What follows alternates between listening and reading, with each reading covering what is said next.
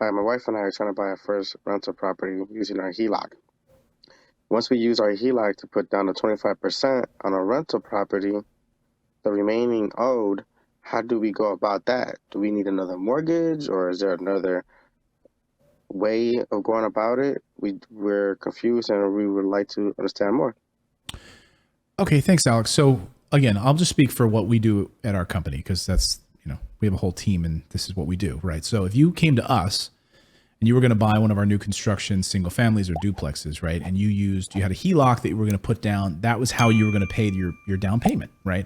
And again, our minimum down payment on one of our properties is going to be in the 40 to 50,000 range, okay? So you use your HELOC to make that down payment.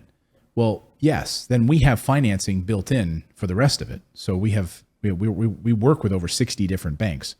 So then you would have a mortgage for the rest of it. So in a way, now you've got kind of two mortgages on this property, right? You're using that HELOC as a revolving line of credit to make the down payment. And then you've got financing, traditional financing for the balance of that, for the remaining 75% at these low interest rates that we have right now. So that's how you would do it. There's really no secret to it.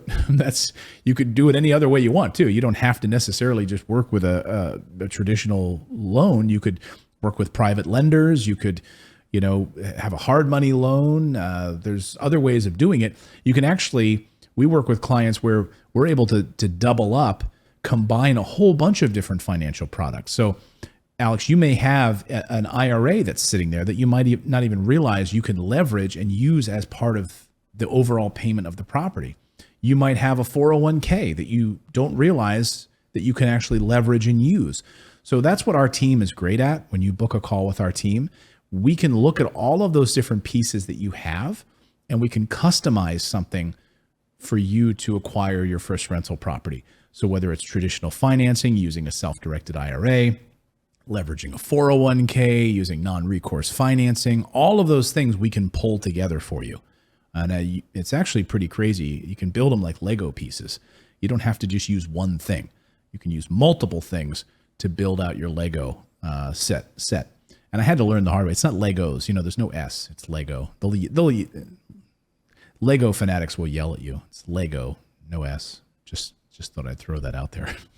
So if you guys have any questions you would like answered here on the show, when you go to morrisinvest.com, there's a little microphone tab right there on the front page of our website. You can see all the great information we have on the site, but to click on the microphone button and leave us a voicemail message. Try to keep it to 30 seconds or less. That way we can, keep them timely, keep them punchy. No one likes a long-winded voicemail, right? And we will attempt to answer it here on the show. Now go out there, take action, and become a real estate investor. I believe it's the number one way to build wealth. We'll see you next time, everyone.